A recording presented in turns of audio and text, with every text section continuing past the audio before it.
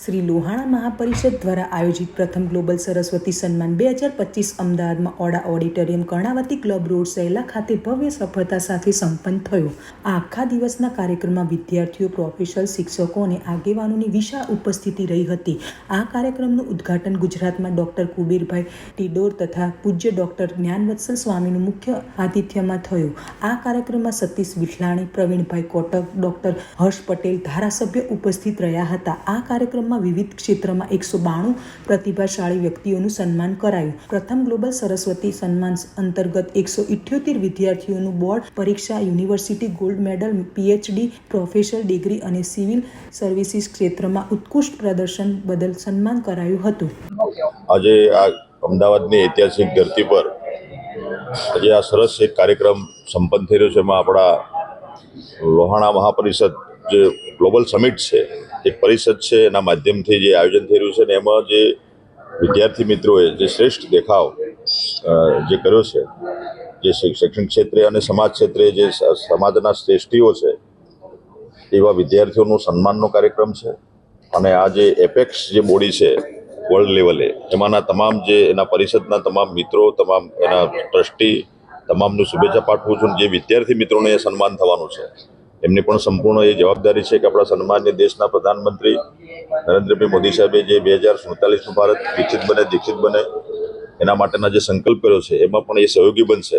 અને એમાં અમારા આજે લોહાણા પરિષદ જે સમિટ છે વર્લ્ડ લેવલની, એમાં તમામ વિદ્યાર્થીઓને પુનઃ હું ઢેર સારી શુભકામના પાઠવું છું અને તમામની શુભેચ્છાઓ. અને આયોજકોએ જે સરસ કામગીરી કરીને આ વિદ્યાર્થીઓનો જે સન્માનનો એક કાર્યક્રમ કર્યો છે, એમને એવોર્ડ આપવાનો જે કાર્યક્રમ કર્યો છે, એવા ટ્રસ્ટીગણનું પણ હું સવિશેષ એમને અભિનંદન આપું છું. ધન્યવાદ. સેક્રેટરી લોહાણા મહાપરિષદ. સર, આજે કાર્યક્રમ કરવામાં આવ્યો છે લોહાણા. આજે આશરે 200 જેટલા એવોર્ડી, 200 જેટલા વિદ્યાર્થીઓનું સન્માન થવા જઈ રહ્યું છે. ટોટલ 11 કેટેગરીમાં સન્માન થવા જઈ રહ્યું છે. અને પૂરા ભારત વર્ષમાંથી લોહાણા રઘુવંશીના દીકરા દીકરીઓને એમના સન ડોટરને આ સન્માન એવોર્ડ આપીને લોહાણા મહાપરિષદ ગર્વ અનુભવશે. Satish Dhirajlal Vithlani, president and managing trustee Shri Lohana મહાપરિષદ.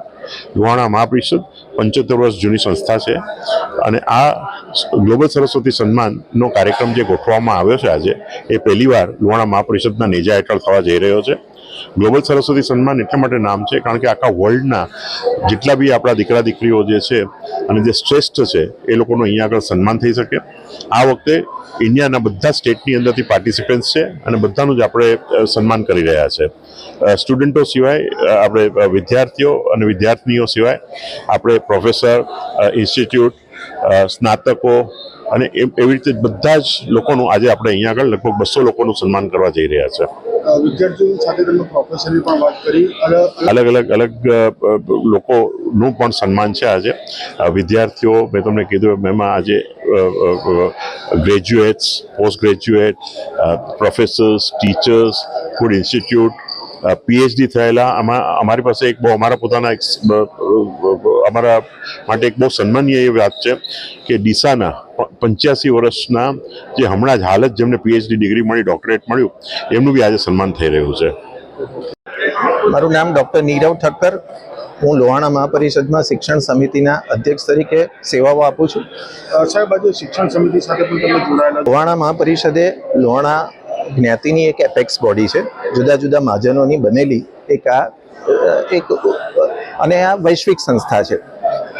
સામાન્ય રીતે મહાજન છે એ બધા આવા સરસ્વતી સન્માન કરતા હોય છે.